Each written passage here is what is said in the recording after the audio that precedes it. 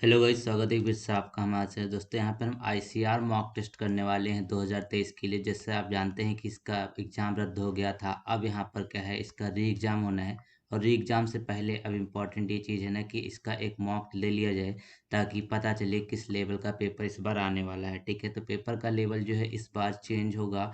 क्यों? क्योंकि competition already कम हो चुका है, क्योंकि जो लोग इसमें फॉर्म भरे थे वो सब लोग इसमें परीक्षा देने का मौका नहीं मिलेगा। सिर्फ जिन लोगों ने परीक्षा दी थी वही लोग इसमें पाएंगे। ठीक है, तो ये जीएस का प्रैक्टिस सेट है। जीएस आप लोग जानते हैं पिछले बार भी इतनी कठिन नहीं आई थी जितना कठिन यहाँ पर सोशल साइंस पूछा गया। तो जीएस में आपको सिंपल सा 6-7 जो है करंट इसमें देखने को मिले थे, और बाकी यहाँ पर नॉर्मल हिस्ट्री, ज्योग्राफी और पॉलिटी वगैरह देखने को आपको मिली थी। तो उसी के संदर्भ में यहाँ पे हम चल लेते हैं आपका ये पहला क्वेश्चन। उससे पहले बता दूं कि वीडियो को लाइक जरूर करें दोस्तों, चैनल को सब्सक्राइब यहाँ पर जरूर कर लीजिएगा। ठीक है, तो चलिए देख लेते हैं यहाँ पर आपके लिए पहला क्वेश्चन। ठीक है, तो पहले क्वेश्चन में कहते हैं कि निम्नलिखित में से किस अनुच्छेद में गवर्नर की सिफारिश पर केंद्र सरकार को राज्य सरकार के सारे अधिकार अपने हाथ में लेने का अधिकार दिया गया है। ठीक है, अब यहाँ पर बोला गया है कि केंद्र सरकार को राज्य सरकार के सारे अधिकार जो है अपने हाथ में ले लेता है। तो कब लेता है? जब अनुच्छेद 356 होता है। अब अनुच्छेद 356 क्या होता है?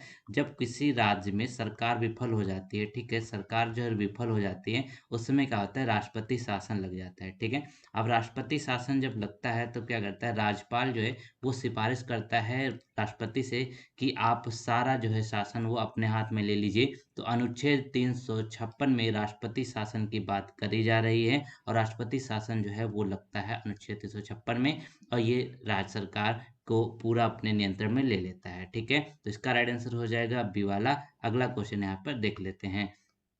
चलिए अगला क्वेश्चन देखिए। अगले क्वेश्चन में कहा गया कि निम्नलिखित में से कौन सा स्थान भारत में तांबे की खानों के लिए जाना जाता है? अब तांबे की खान यानी जो कॉपर माइंस हैं, ठीक है, वो देख लेंगे दोस्तों। तो यहाँ पर क्या राइट आंसर होगा आपका? वो हो जाएगा खेतड़ी। खेतड़ी यहाँ पे बिल्कुल सही हो जाएगा। खेतड़ी की खान कहाँ पे मिलती है आपको? ये देखने को मिलती है राजस्थान में। ठीक है, राजस्थान में देखने को मिल जाती है। अब यहाँ पे एक चीज ध्यान रखिएगा, ये खेतड़ी वही है जो हड़प्पा सभ्यता में यहाँ पर जो अपने सिंधुवासी लोग हुआ करते थे ना, वो लोग भी इससे व्यापार कर, मतलब इससे क्या करते थे, आपका कॉपर निकाल करके, जो कांस्य युगीन सभ्यता कही जाती है ना, उसमें कांस्य कॉपर मिलाया जाता था। तब यहाँ पर याद रखेंगे, ये खेतड़ी की खान राजस्थान में स्थित है, और ये भारत की बहुत ही फेमस है। चलिए अगला क्वेश्चन देखिएगा। तो कहते क्या है 3 में कि नरसंहार मानवता के विरुद्ध अपराध और युद्ध अपराध का अभियोजन किस संगठन द्वारा संचालित किया जाता है? ठीक है, नरसंहार की बात करें, या फिर यहाँ पे मानवता के विरुद्ध अपराध की बात करें, या युद्ध अपराध का अभियोजन की बात करें, तो इसको कौन सा संगठन संचालित करता है? तो दोस्तों होता है एक संगठन आपका है अंतर्राष्ट्रीय अपराध न्यायालय। ठीक है, अंतर्राष्ट्रीय अपराध न्यायालय जो है ये आपकी सारी गतिविधि कंट्रोल करता है। अगर किसी भी तरीके का नरसंहार यानी कि मानवता के विरुद्ध कोई भी यहाँ पर चीज होती है, ठीक है, उनके मानवता का अधिकारों का हनन होता है, ठीक है, उसके जीने जीने का अधिकार का हनन होता है, तब इसमें क्या होता है, ये हस्तक्षेप करता है अंतर्राष्ट्रीय अपराध न्यायालय। ठीक है, ये हम लोग को सुरक्षा प्रदान करता है मानवता के हित के लिए। अगला क्वेश्चन देखिए, क्वेश्चन नंबर जो 4 पूछा जाएगा। तो संविधान का वह कौन सा, ये देखिए प्रीवियस ईयर नहीं, इस तरीके का पेपर आपका आने वाला है। ठीक है, ऐसे क्वेश्चन मैं आपके लेकर आया हूँ। पेपर का लेवल एक बार देखिएगा, उसके बाद लास्ट में हमको जरूर बताइएगा कि पेपर का लेवल कैसा था। ठीक है, संविधान का वह कौन सा भाग है जिसे पूरी तरीके से निरस्त कर दिया गया? ठीक है, तो अब देखेंगे एक संविधान का जो भाग 7 है ना, संविधान का भाग 7 है। बेसिकली ये 7वां संविधान संशोधन जो हुआ था, 7वां संविधान संशोधन, उसी में इसको पूरी तरीके से यहाँ पर निरस्त कर दिया गया था। ठीक है, संशोधन जो था ये 7वां था, और ये निरस्त कर दिया गया था। ये याद रखेंगे, 7वां भाग जो है वो अब यहाँ पर वैलिड नहीं है, ये आप याद रखेंगे। अगला क्वेश्चन है, कहा गया कि भारत निर्वाचन आयोग ने किस राजनीतिक दल को अप्रैल 2023 में राष्ट्रीय पार्टी का दर्जा दिया है? अब करंट अफेयर के 6 से 7 क्वेश्चन आपके आने 25 में, तो इसका राइट आंसर क्या हो जाएगा? आम आदमी पार्टी। ठीक है, ये आम आदमी पार्टी जो है इसको अभी राष्ट्रीय पार्टी का दर्जा दिया गया है। अब यहाँ पे इसका चुनाव चिन्ह क्या है आप लोग जानते हैं। चुनाव चिन्ह जो अपना 1968 में ये यहाँ पर इसका गठित हुआ है, जो आपका चुनाव चिन्ह बांटता है निर्वाचन आयोग ही करता है ना, तो 1968 से ये प्रथा चालू है, और इसका चुनाव चिन्ह है झाड़ू। ठीक है, चुनाव चिन्ह है झाड़ू। अब यहाँ पर इसको मिला करके टोटल भारत में 6 राष्ट्रीय पार्टियां हो गई। कितनी? 6 राष्ट्रीय पार्टियां हो चुकी हैं टोटल भारत में, इसको याद रखेंगे। अब आप जो है ये 2012 में यहाँ पर आई थी, इसके संस्थापक कौन है? अरविंद केजरीवाल, ठीक है, अरविंद केजरीवाल इसके करेक्ट आंसर हो जाएंगे 2012 में। और 2023 में इसको राष्ट्रीय पार्टी का दर्जा दिया जा चुका है, इसको याद रखेंगे। अच्छा क्वेश्चन है, बन सकता है आपके एग्जाम्स के लिए। अगला क्वेश्चन यहाँ पे देखिएगा, तो प्रश्न 6 बहुत इंपॉर्टेंट है कि दांडी नमक यात्रा के दौरान निम्नलिखित में से किस सामाजिक कार्यकर्ता ने गांधी जी को आंदोलनों को केवल पुरुषों तक सीमित न रखने के लिए राजी किया था? अब यहाँ पर एक आंदोलनकारी थी, जिन्होंने इसका आंसर बता देता हूँ, वो हो जाएगा यहाँ पे कमला देवी चट्टोपाध्याय जो थे। इन्होंने कहा था कि ये जो आप आंदोलन स्टार्ट कर रहे हैं, दांडी नमक यात्रा, ठीक है, ये सही है, लेकिन इसमें सिर्फ और सिर्फ पुरुष जो हैं वो भाग लेंगे तो ये सफल नहीं हो पाएगा।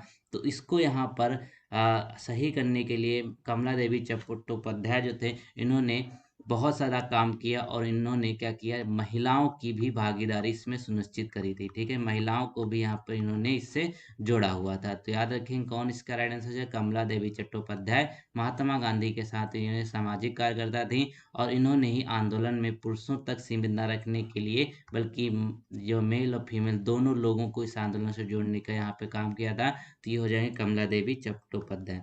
अगला क्वेश्चन देखिए, तो कहते हैं 9 अप्रैल 2023 की बात है, जब प्रधानमंत्री मोदी द्वारा मैसूर में जारी बाघ रिपोर्ट 2022 में बाघों की संख्या कितनी हो गई है, ठीक है। अब देखिए बाघ रिपोर्ट जो है पिछली बार 2018 में आई थी, ठीक है। बाघ प्रोजेक्ट जो है ये आप जानते हैं कब है, 1973 में चालू होता है। अब यहाँ पे इंपॉर्टेंट चीज देख लेंगे, 2 साल बाद इसकी रिपोर्ट जारी की जाती है। कितने साल बाद? 2 साल बाद ये रिपोर्ट जारी करी जाती है। अब यहाँ पे इस समय जो संख्या है वो 3167 है, ठीक है। कितनी है? वो है 3167 है। अब यहाँ पे इंपॉर्टेंट चीज एक और देख लीजिएगा, जो मध्य प्रदेश है यहाँ पर सबसे ज्यादा बाघ हैं, ठीक है, मध्य प्रदेश में सबसे ज्यादा बाघ इस समय है। ये आपका करेक्ट आंसर हो जाएगा। पिछले 2018 से यहाँ पर जो बढ़ोतरी हुई है 200 हुई है, ठीक है। 2018 से 2022 तक में यहाँ पर जो बढ़ोतरी हुई है, माफ कीजिएगा, 2 नहीं 4 साल बाद होगी, ठीक है। 4 साल में जो बढ़ोतरी हुई वो 200 बाघ की हो जाएगी। 4 साल में इसकी रिपोर्ट आती है। थोड़ा सा कंफ्यूजन हो गया था, कोई दिक्कत नहीं है। अगला क्वेश्चन देखिए, तो कहते हैं भारत में उपभोक्ता संरक्षण अधिनियम किस वर्ष लागू किया गया था? अब एक संरक्षण अधिनियम है जिसको कहा जाता है उपभोक्ता संरक्षण अधिनियम, यानी कि जो आपका आप उपभोक्ता है ना, तो इसका संरक्षण करता है, यानी किसी भी तरीके से आपका हनन ना हो आपके अधिकारों का, उसका संरक्षण करता है यहाँ पर उपभोक्ता संरक्षण अधिनियम। और इसकी यहाँ पे स्थापना कब होती है? 1986 में, ठीक है, 1986 में होती है। वीडियो पसंद है लाइक करें, यहाँ पर देखिएगा 1986 करेक्ट आंसर हो जाएगा। अगला क्वेश्चन यहाँ पे कहता है कि भारत का पहला लिथियम सेल निर्माण संयंत्र भारत के किस राज्य में शुरू किया गया? अब लिथियम से जुड़ा एक यहाँ पे पॉइंट देखिए कि जम्मू एंड कश्मीर में, ठीक है, सबसे बड़ा लिथियम भंडार खोजा गया है, ठीक है, सबसे बड़ा लिथियम भंडार खोजा गया है। आप लोग जानते हैं कि कुछ कम से कम 6 मिलियन टन वगैरह है, ठीक है, एग्जैक्ट डाटा तो मेरा ध्यान नहीं आ रहा। तो याद रखें कहाँ पे जम्मू कश्मीर में लिथियम का भंडार मिला है। अब ये यहाँ पर झारखंड जो है ना, झारखंड, यहाँ पर क्या करा जा रहा है, लिथियम सेल निर्माण संयंत्र भारत के इस राज्य में शुरू हो रहा है। कौन सा? लिथियम सेल निर्माण, ठीक है, ये शुरू किया जा रहा है झारखंड में। इसको ध्यान रखिएगा, इंपॉर्टेंट क्वेश्चन है आपके एग्जाम के लिए। अगला क्वेश्चन देखिए, प्रश्नों का लेवल काफी अच्छा रखा गया, जैसा पेपर इन्होंने पूछा था। प्रीवियस ईयर भी बेस्ट हैं, लेकिन प्रीवियस ईयर के नहीं है, आने वाले हैं। हमने इसमें अच्छे खासे क्वेश्चन करंट के भी डाले हैं। तो कंजूर जिसमें बौद्ध ग्रंथ शामिल है, निम्नलिखित में से किस भाषा में लिखा गया है? अब जो कंजूर है ना, इसमें बौद्ध ग्रंथ शामिल है, ठीक है, बौद्ध ग्रंथ शामिल हैं। अब यहाँ पे देखिए किस भाषा में लिखा जाएगा। अब तिब्बत, यहाँ पर आप इसको आंसर करेंगे, ठीक है, तिब्बती भाषा में इसको लिखा गया है। आप इसको ऐसे भी कर सकते थे, क्योंकि देखिए जो तिब्बत है, चाइना है, जो हमारे पड़ोसी हैं, वहाँ पे क्या है, सबसे ज्यादा बौद्ध धर्म है, ठीक है। तो उसी हिसाब से कंजूर जो है, ये बौद्ध धर्म बौद्ध ग्रंथ शामिल है इसमें, जो तिब्बती भाषा में लिखे गए हैं। तो इसका राइट आंसर हो जाएगा ऑप्शन नंबर ए। लास्ट में हमको बताइएगा 25 में से आपका स्कोर कितना रहा है, ठीक है। अगला क्वेश्चन यहाँ पे देखिए, तो पानी के नीचे एक तैराक बिल्कुल साफ पानी में भी स्पष्ट नहीं देख पाता है, ठीक है। एक तैराक है जो पानी में बिल्कुल साफ पानी होता है, मतलब तैराक जो किसी नदी या फिर समुद्र में, उसके बावजूद वो बिल्कुल क्लियर यहाँ पर नहीं देख पाता है। तो इसका रीजन क्या होता है? इसका रीजन होता है ये कि नेत्र लेंस की फोकल लंबाई में परिवर्तन हो जाता है। ठीक है, जो आपका आई का लेंस है ना, उसमें क्या होता है, उसमें चेंज हो जाता है। ठीक, उसकी फोकल लेंथ जो है वो चेंज हो जाती है, परिवर्तित हो जाती है। इसी वजह से यहाँ पर हम साफ पानी में भी क्लियर नहीं देख पाते हैं। अगला क्वेश्चन देखिए, अगले में कहा गया कि प्रथम गोलमेज सम्मेलन में कितने भारतीयों ने यहाँ पर भाग लिया था। अब प्रथम गोलमेज सम्मेलन, अब कितने गोलमेज सम्मेलन हुए? टोटल 3 हुए हैं। ठीक है, पहला हुआ था यहाँ पर 1930 में, फिर होता है 1931 में, फिर होता है 1932 में। 3 गोलमेज सम्मेलन होते हैं, जिसमें पहला जो था उसमें क्या था, नवासी, ठीक है, टोटल 89 जो प्रतिनिधि थे भारतीय, उन्होंने इसमें हिस्सा लिया था। ठीक है, भारतीय जो थे उन्होंने हिस्सा लिया था 89 टोटल। ठीक है, याद रखेंगे। अब एक क्वेश्चन बनता है कि तीनों गोलमेज सम्मेलन जो थे, इसमें भाग किसने लिया था? बी आर अम्बेडकर और जतिन सप्रू ने। ठीक है, बी आर अम्बेडकर और जतिन सप्रू जो थे, इन्होंने क्या किया, तीनों तीनों गोलमेज सम्मेलन में पार्टिसिपेट किया था। अब एक क्वेश्चन यहाँ से और बनता है दोस्तों, वो ये बनता है ना कि महात्मा गांधी ने किस में, जो एमजे गांधी थे, वो किस सम्मेलन में भाग लेते हैं? तो वो दूसरे सेकंड गोलमेज सम्मेलन जो होता है उसमें वो भाग ले लेते हैं। ठीक है, गोलमेज सम्मेलन में भाग लेते हैं, याद रखेंगे। चलिए अगला क्वेश्चन देखिएगा। अगले में कहा गया है, हाथी संरक्षण के 30 वर्ष पूरे होने पर सरकार ने किस उत्सव के रूप में मनाने का निर्णय लिया है, जो कि 9 अप्रैल को काजीरंगा में आयोजित होगा। काजीरंगा है कहाँ पर दोस्तों? काजीरंगा असम में है। ये देखिए, काजीरंगा फेमस क्यों है?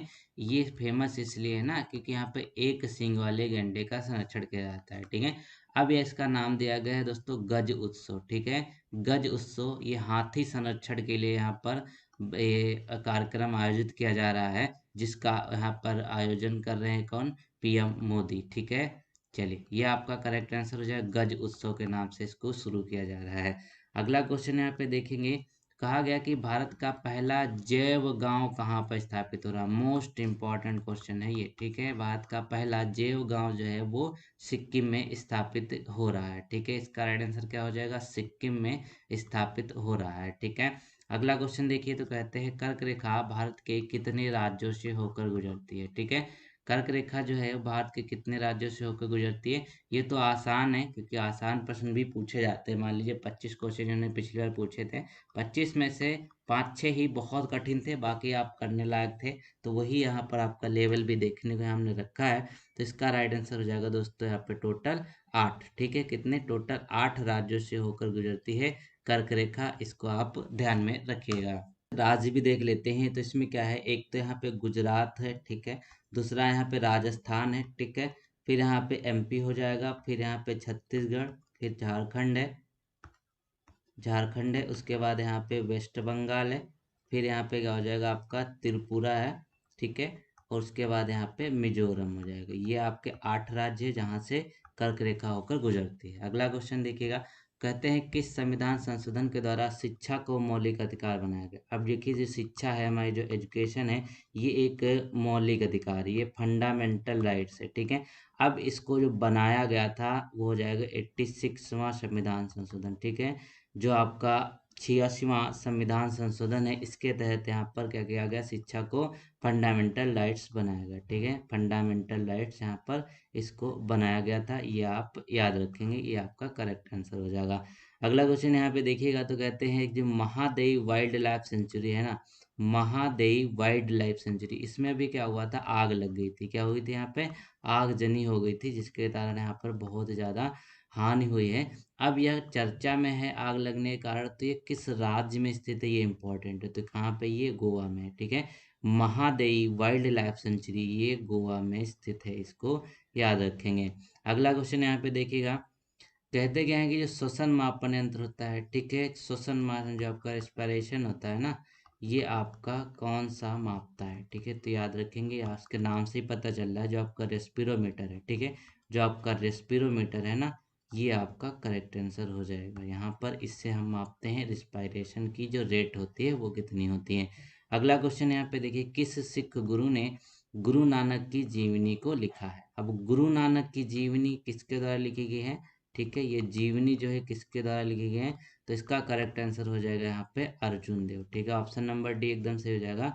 जो गुरु अर्जुन देव है ना, अर्जुन देव, इनके द्वारा इसकी जीवनी को लिखा गया है। याद रखें, गुरु अर्जुन देव के द्वारा इनकी जीवनी को लिखा गया है। अगला क्वेश्चन यहाँ पे देखिए, कहते हैं निम्नलिखित में कौन सी चट्टानें परिवर्तित होकर अलग में प्रकार में बन जाती है? मतलब एक कौन सी चट्टान होती है जो परिवर्तित होकर के एक अलग चट्टान बन जाती है? ठीक है, तो यहाँ पे क्या होगा? अवसाद तो होगा नहीं, क्योंकि ये खुद परिवर्तित होती है। फिर आग्नेय भी नहीं होगा, क्यों? क्योंकि देखिए आग्नेय जो होती है ना, ये क्या होता है, मैग्मा सीधे निकलता है उसमें ज्वालामुखी से, उसके बाद वो जो जम जाता है तो वो आग्नेय हो जाती है। ठीक है, अब यहाँ पे क्या है, मेटामॉर्फिक चट्टानें जो होती हैं ये क्या होती है, कन्वर्ट हो जाती हैं, कन्वर्ट होकर के एक नई चट्टान बना लेती हैं। इसीलिए इसका राइट आंसर क्या हो जाएगा? ऑप्शन नंबर सी, यानी कि मेटामॉर्फिक चट्टानें जो होती हैं परिवर्तित होकर के नई चट्टान में परिवर्तन कर लेती हैं।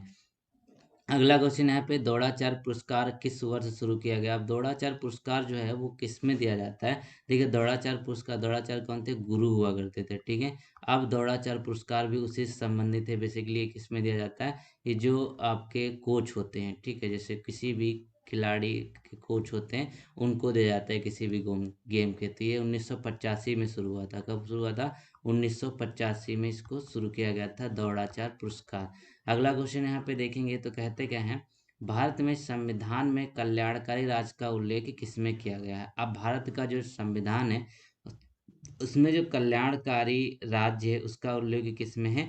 वो हो जाएगा राज्य के नीति निर्देशक तत्व। ठीक है, राज्य के जो नीति निर्देशक तत्व हैं उसमें किया गया है। ये कौन सा है? भाग 4। ठीक है, भाग 4 जो है संविधान का, इसमें कल्याणकारी राज्य की यहाँ पे उल्लेख मिलता है भारत के संविधान में। अगला क्वेश्चन यहाँ पे देखिएगा, तो कहते हैं जो मयूर सिंहासन है किसके शासन काल में बनाया गया था? ठीक है, अब मयूर सिंहासन जो है, बहुत सारे लोग इसमें कंफ्यूज हो जाते हैं, तो इसका राइट आंसर बेसिकली शाहजहां होगा, क्योंकि मयूर सिंहासन को शाहजहां ने बनवाया था। याद रखें, किसने बनाया था? शाहजहां ने इसको बनवाया था। अब बहुत सारे लोग जहांगीर में कंफ्यूज हो जाते हैं, जहांगीर इसका करेक्ट आंसर नहीं है। अगला क्वेश्चन देखिए, तो कहते हैं कि ग्लोबल वार्मिंग में राष्ट्रीय योगदान ग्लोबल सूची में भारत की रैंक क्या है? अब जो ग्लोबल वार्मिंग है ना, इसमें क्या है, ग्लोबल वार्मिंग को कम करने के तरीके, या फिर यहाँ पे जो आपका जो ग्लोबल वार्मिंग जो होती है ना, उसके तहत जो कई सारे पैमाने रखे गए, उसमें क्या है, भारत की जो रैंक है ना वो 5वीं है टोटल ऑल ओवर वर्ल्ड में। ठीक है, भारत की कौन सी रैंक है? 5th रैंक पे है ग्लोबल वार्मिंग में। याद रखेंगे, अच्छा क्वेश्चन है, ये बन सकता है, करंट का है। अगला क्वेश्चन यहाँ पे देखिए, कहा गया भारत के संविधान में कौन सा अनुच्छेद राष्ट्रपति के विशेष अभिभाषण से संबंधित है? अब देखिएगा, ये राष्ट्रपति जो प्रेसिडेंट होते हैं ना, इनका क्या होता है, एक विशेष अभिभाषण होता है, विशेष। ठीक है, तो वो किस अनुच्छेद के द्वारा होता है? तो ये अनुच्छेद 87 प्रीवियस ईयर में आपके एग्जाम में पूछा गया था, इसको ध्यान से देख लीजिएगा। तो क्या होगा? ऑप्शन नंबर यहाँ पे सी एकदम करेक्ट हो जाएगा।